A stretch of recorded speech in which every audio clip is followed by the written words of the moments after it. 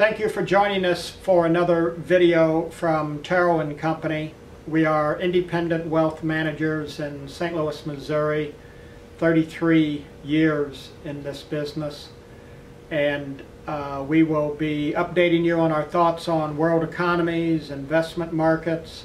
Today is April 14th, pre-tax day. Hope everyone has fought through that battle and has their taxes under control. As always, helping me is Jesse Baker. Jesse, good to see you again, and hope you got your taxes finished and ready to go without getting devastated too badly. I threw in the towel, my man. You didn't? I did. I'm out. You're dropping out of society now? I'm done. Okay. Devastated. By the way, if I didn't mention so, I'm Joe Terril, president of Terril and Company. And let's start out, Jesse, talking about world economies and what's happening right now. Sounds good. World economies are in a state of change. Change from being driven in a socialist vague or driven by socialism to being driven more by capitalism. It is being forced on the market because the socialist countries cannot compete.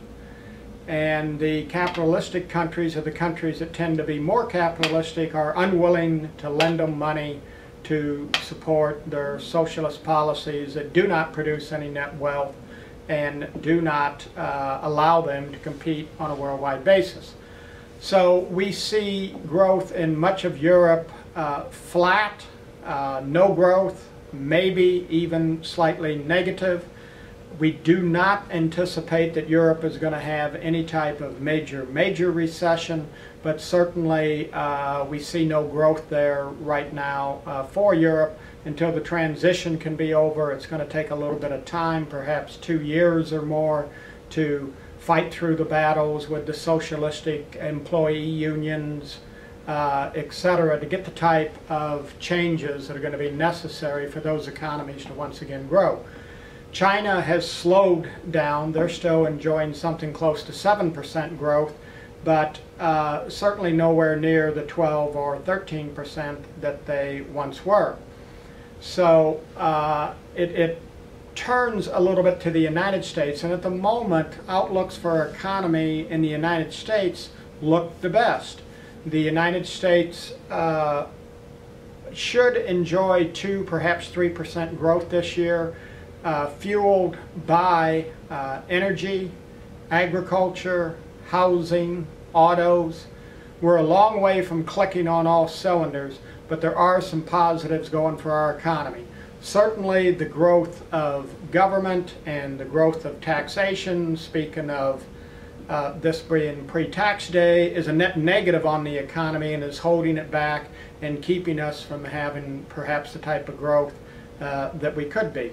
The job picture is just mediocre, but put these things together, I still believe that in the United States you'll see 2 to 3% real growth in GDP. This in the United States, in Japan, around the world, is being fueled by central bank easing. The central bank of Japan is trying to print yen at an unheard of rate, in the thinking that this will get their economy going and they can drive down the value of the yen and their export industries will recover. But that's a misnomer. That's a big mistake on Japan's part. Ultimately, it could cause them a great deal of problems. So we're not that positive on Japanese markets. We're certainly negative the Japanese yen, and we do not think it will work. Therefore, we don't see growth in Japan. So we're in one of those periods where the route that most economies around the world are on right now is the correct path. Perhaps even they should be more solidly in the middle of the road of that path instead of over on the fringe.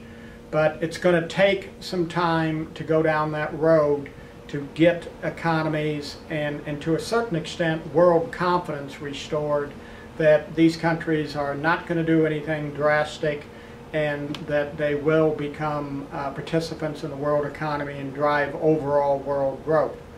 So with that said, let's, Jesse, perhaps move on to talking about investment markets and how this interaction of the world economies is affecting markets around the world. Investment markets are being driven by a switch or a reallocation, if you will, of world capital from specifically Europe to the United States.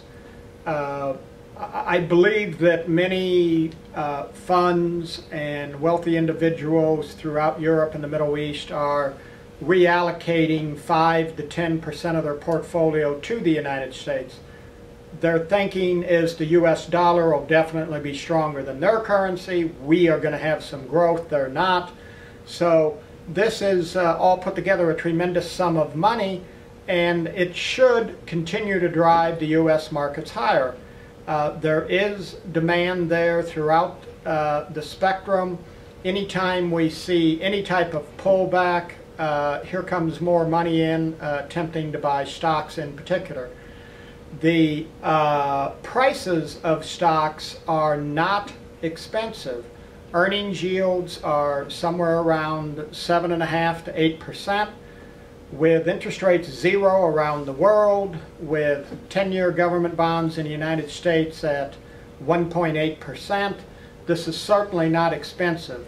Throw into that the fact that cash flow for these companies is even higher, and therefore cash flow yields are perhaps 10 to 11%. That's a pretty nice rate of return when you see what your choices are, particularly when you see what the choice is in Japan, when you see what the choice is in Europe. The United States in particular looks pretty good. The Japanese market has rallied, but we talked about that in a previous segment discussing economies, that I don't like Japan. I think it's a very dangerous proposition that's going on in the Japanese markets. So for the moment, which probably will continue throughout the balance of 2013. The U.S. market is the place to be. Our companies are known all over the world, and foreigners are very comfortable buying them. In many cases, they're getting 3% or more cash dividends, which is better than the zero that they are earning in their local banks. This will continue, I believe, and we should see our markets perhaps 10% higher yet by the end of 2013.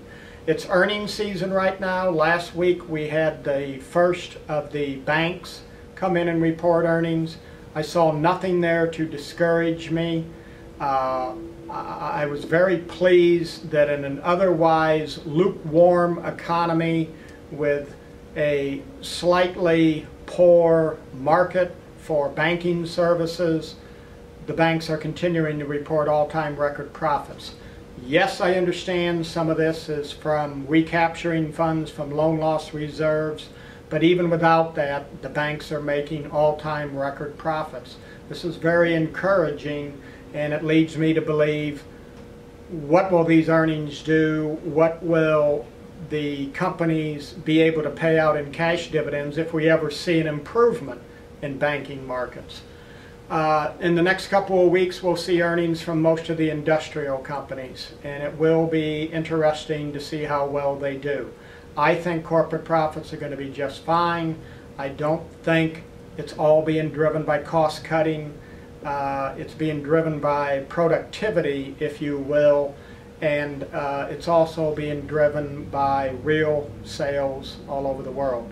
So we are bullish on U.S. equities. We're not pounding the table, jumping up and down, wanting to buy everything we can. But on the other hand, we're perfectly content to be fully invested in equities to our limits, and At the same time, we are just as negative on anything orientated towards fixed income. As a matter of fact, most of our fixed income investments of any type we've been sellers of in the last 30, 45 days. We'll continue to be sellers of this paper until we are pretty much out of any type of investment that would react negatively to an increase in interest rates. Because we believe, can't tell you when, wish I could, but we believe that if the economy picks up steam and does much better, interest rates are going higher. We also know that if central bankers around the world keep up the money printing that they're going to do and continue to do, interest rates are going higher. So we are as negative on fixed income investments as we can possibly get across to clients. And certainly in our managed portfolios, we are sellers and profit takers in anything we have that is orientated towards a rate of return from fixed income. Gold took a major beating last week. Gold has been under liquidation. I think you're seeing people throw in the towel that perhaps over the last 2 to 3 years, particularly when the first problems in Europe surfaced in the fall of 2011, there was a certain thinking that, my gosh, the whole world economy is going to collapse and all the banks are going to go broke again. And therefore, there was a lot of flight into gold. That's behind us now. Most people are convinced, well, I guess we're not going to have a worldwide economic collapse. I'm making nothing off gold. I need to get out of my gold and move into something that perhaps provides me with some dividends or some capital gains appreciation potential. We would like to buy gold mining stocks or perhaps even the metal. We're just waiting, as we have been for the last 30, 45 days, for clear evidence that the selling and the worldwide liquidation of gold is over with. You have a few countries, I believe, that are also selling some of their sovereign reserves in gold. And when this is finished, we certainly would like to buy gold and or gold stocks as a hedge against future inflation when we get the opportunity, but not quite yet. But at least we're beginning to see perhaps the capitulation in gold. We look for the US dollar to be very strong for the next year or two vis-a-vis world currencies. We went through a period in the United States, perhaps 20 years in a row, where the dollar for the most part was weaker year after year. That's over with for the time being, and you're actually going to see the dollar gain on world currencies for the next couple of years. That leads us to also believing that we have to get out of some of our foreign dollar funds and concentrate on companies that will benefit or investments that will benefit from a strong US dollar.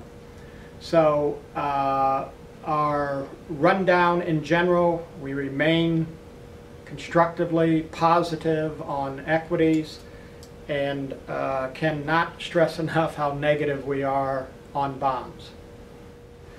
Thank you for joining us for this video update of our thoughts. I'm Joe Terril, president of Terril & Company in St. Louis, Missouri. We manage approximately $575 million of completely discretionary money.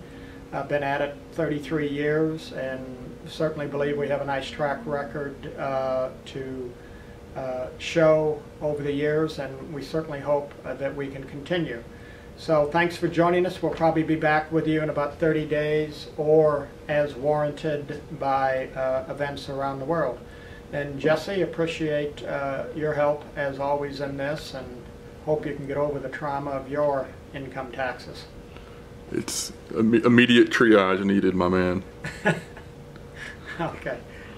Thanks everyone for joining us. Thanks.